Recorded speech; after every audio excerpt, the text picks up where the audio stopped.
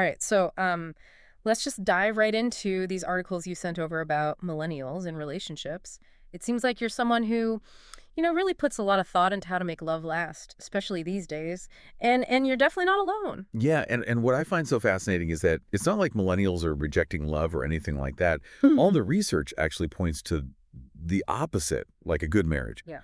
Still incredibly important to this generation. Yeah. It's more about the how, like how they're approaching relationships. That's what's really changing. That's really interesting. And I feel like one of the biggest changes we see right away is just this trend of millennials delaying marriage. Like one article even mentioned how the average age of first marriage for millennials is 30 now. 30. That's a big jump from like the early 20s that we saw with like, older generations. Oh, absolutely. It's a huge shift. Hmm. And it really makes you think about that whole idea from previous generations of finding the one Hmm. in your 20s and poof, Yeah. everything just magically falls into place. Right. Like one article pointed out, a lot of millennials, they basically came of age during a really unstable time, economically speaking. Think like recessions, student loan debt, crazy competitive job market. Mm. So it makes sense that they'd want to, prioritize financial security before jumping into marriage and family. So it's not so much like being afraid of commitment. It's more about being practical about it. Exactly. They're not abandoning the whole idea of finding a loving partner. It's more like they're hitting pause and just redefining when and how it fits into their lives, which I think makes a lot of sense. And this actually ties into another trend that I kept seeing pop up in these articles. It's okay. Millennials are really focused on personal and professional growth. Like they're really invested in their education, exploring all these different career paths, and they're just like prioritizing their own goals and aspirations. Which, let's be real, takes time. It's not like you just wake up one day and boom, you've achieved all your dreams. Right. So how does that, like this focus on personal growth, how does that then affect how millennials approach finding a partner? Well, I think it changes their expectations. Yeah. Instead of seeing marriage as like the ultimate goal, the be-all and end-all, they want someone who complements their journey. Not someone who's going to derail it. They want someone who supports their ambitions, celebrates their successes, and just like understands that personal growth doesn't end when you say, I do. I actually really love that perspective. But it does sound like it could make dating a whole lot more complicated. Oh, for sure. Yeah. One article even went as far as to say, like, don't treat a partner as a project, which I thought was a little harsh, but also kind of true. Yeah. You know? Yeah. No, I totally like that. Like, I can see how that mindset would lead to some serious problems in a relationship. So if, like, fixing someone is off the table, then how do you actually build a healthy, supportive relationship, especially in, like, this whole new landscape of It's dating? communication Mhm. is key. Okay. And I don't just mean like talking more. It's about talking effectively. Yeah. One of the articles actually made a really interesting point about how like men and women, sometimes they express themselves differently. Yeah. Especially in more casual settings, like on a car ride, for example.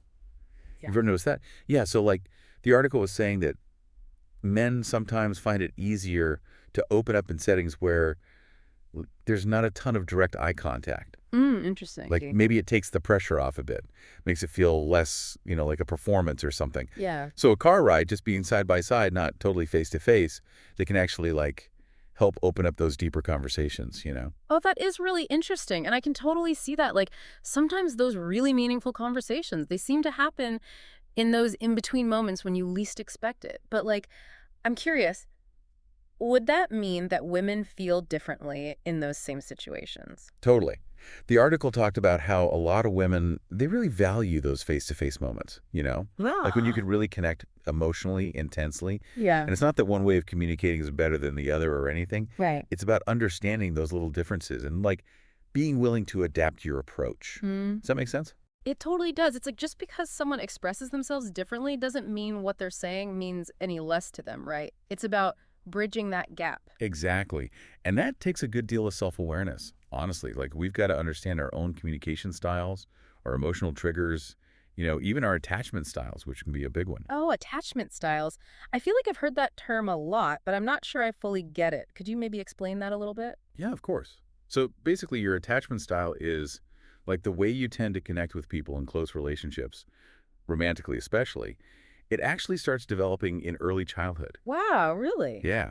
And it can really influence how you deal with things like intimacy, communication, even how you handle disagreements and stuff. Interesting. And there are different types of attachment styles, like secure, anxious, avoidant, and each one has its own kind of like strengths and weaknesses. So if understanding our own attachment style is part of being more self-aware, how does it actually play into building better, stronger relationships? Well, when you really get your own attachment style, you can start to see these patterns in your relationships, the good and the bad. Like, maybe you get super anxious when your partner just needs a little space, Yeah. or maybe you have trouble, like, really opening up emotionally. Yeah, that makes sense. By recognizing those patterns, you can start to communicate your needs better and build healthier relationships overall. So it's not just about finding the right person, but almost like becoming the right person yourself. It's funny how that works, huh?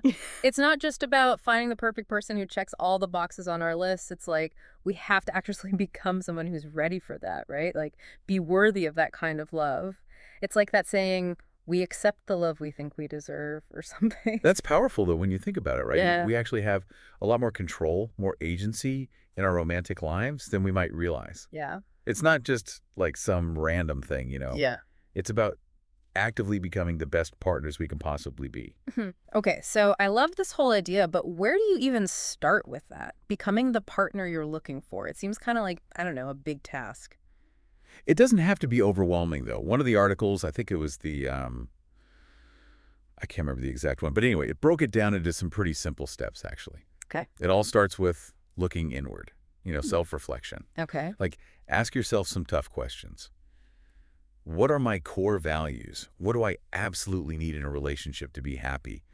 What kind of future do I really want for myself, Yeah. Once you have a better picture of who you are, what you really want, that's when you can start making choices that line up with that vision. Okay, so self-reflection, that's like step one. What comes after that? Okay, so this might sound a little weird, but the next part is really about like focusing on yourself, Okay. not on desperately trying to find a partner, Okay. Invest in your own happiness, explore stuff you're passionate about, hang out with your friends, like prioritize your own well-being first. That makes a lot of sense, though, because if you're not happy with yourself, how can you bring your best self to a relationship?